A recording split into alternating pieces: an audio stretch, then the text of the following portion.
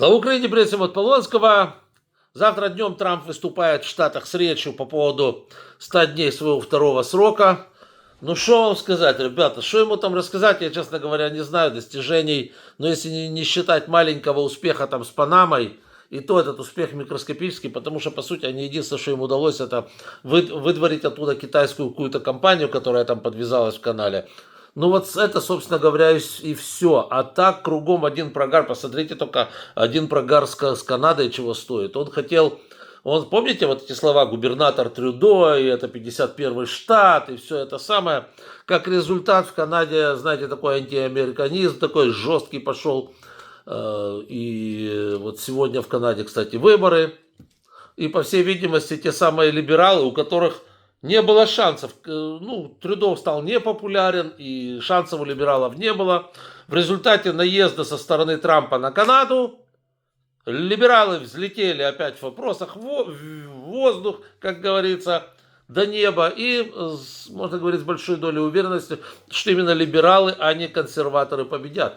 Казалось бы, внутриканадское дело, но что касается Трампа, ему легче все-таки было бы говорить с консерваторами, чем с либералами.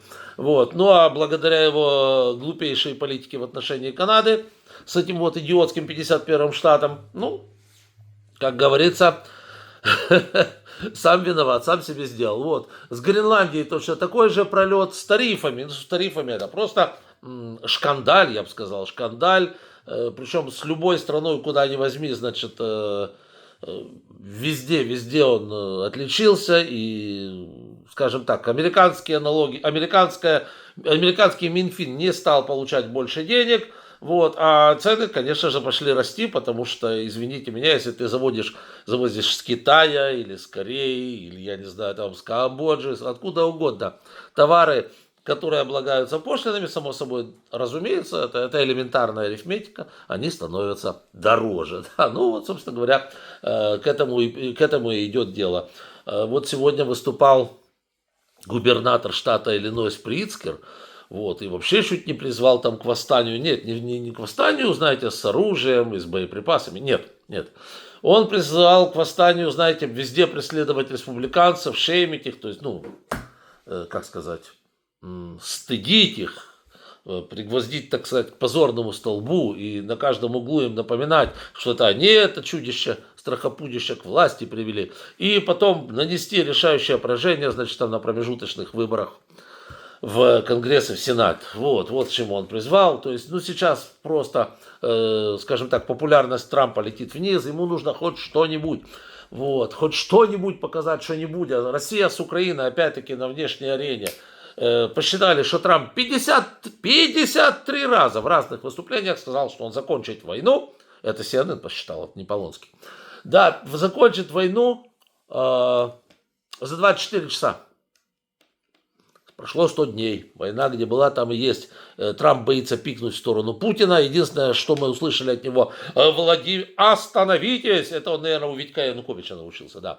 Янукович тоже тогда хорошо это сказал. Остановитесь. Вот это, боже, с выражением еще. Но все равно Витек был лучше. Да? Вот это вот выражение, вот эта речь, вот это все. Трамп не умеет так. Витек в этом плане, конечно, был бесподобен. Со своим «остановитесь». Да, то есть показать ему совершенно нечего, да, ни на внутренней политике, ни на внешней. Опять-таки вот это ресурсное соглашение с Украиной, ну, вроде бы оно даже и где-то сдвинулось с мертвой точки, потому что Америка убрала вот этот совершенно глупый и несуразный пункт о том, что Украина должна им какие-то там фантастические деньги. Ничего мы, конечно же, не должны. Я об этом 1000 раз говорил, так оно сейчас и становится на свои места. Но оно тоже еще не готово, это дело.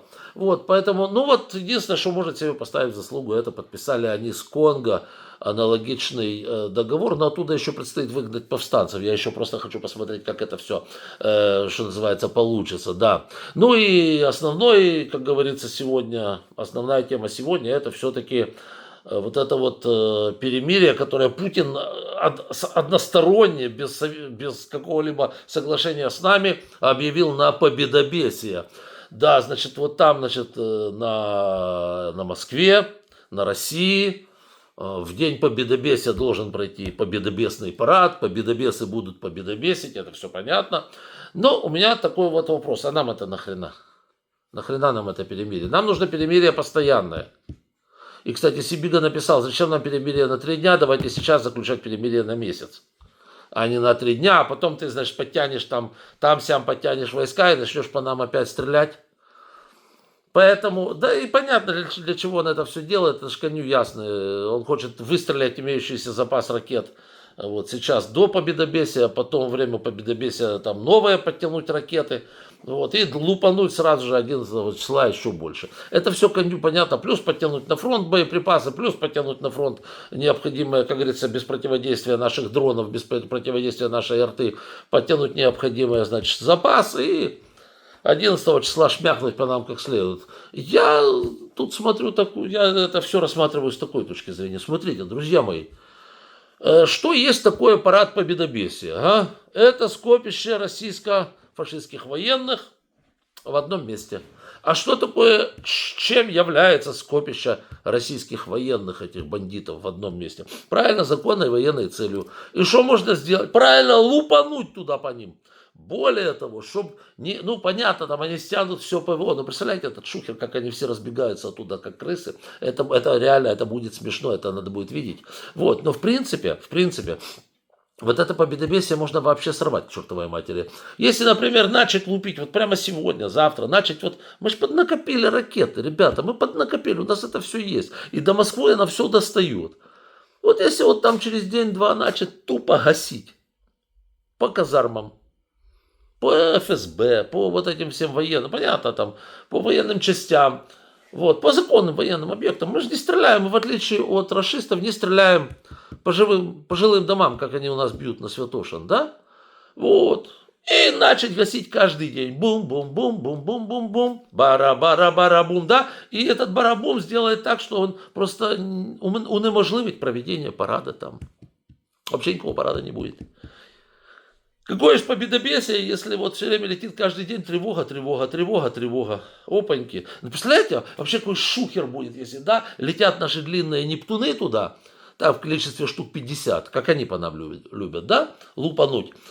Куча дронов, но штук, наверное, 190. У нас же есть, ребята, у нас есть больше. Вот.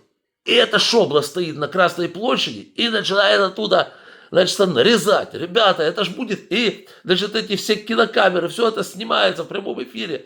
Путинцы, как тараканы с этого мавзолея, удирают во все стороны. Да, этого Путина выносят оттуда тушкой, чучелом вместе с Лениным. Ребята, это ж будет просто кайф.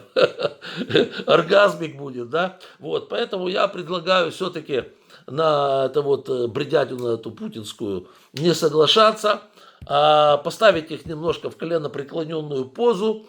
И, как говорится, сделать с ними то, ну да, вы все поняли, да? Сделать с ними вот это самое, что они, как говорится, может, они этого и хотят.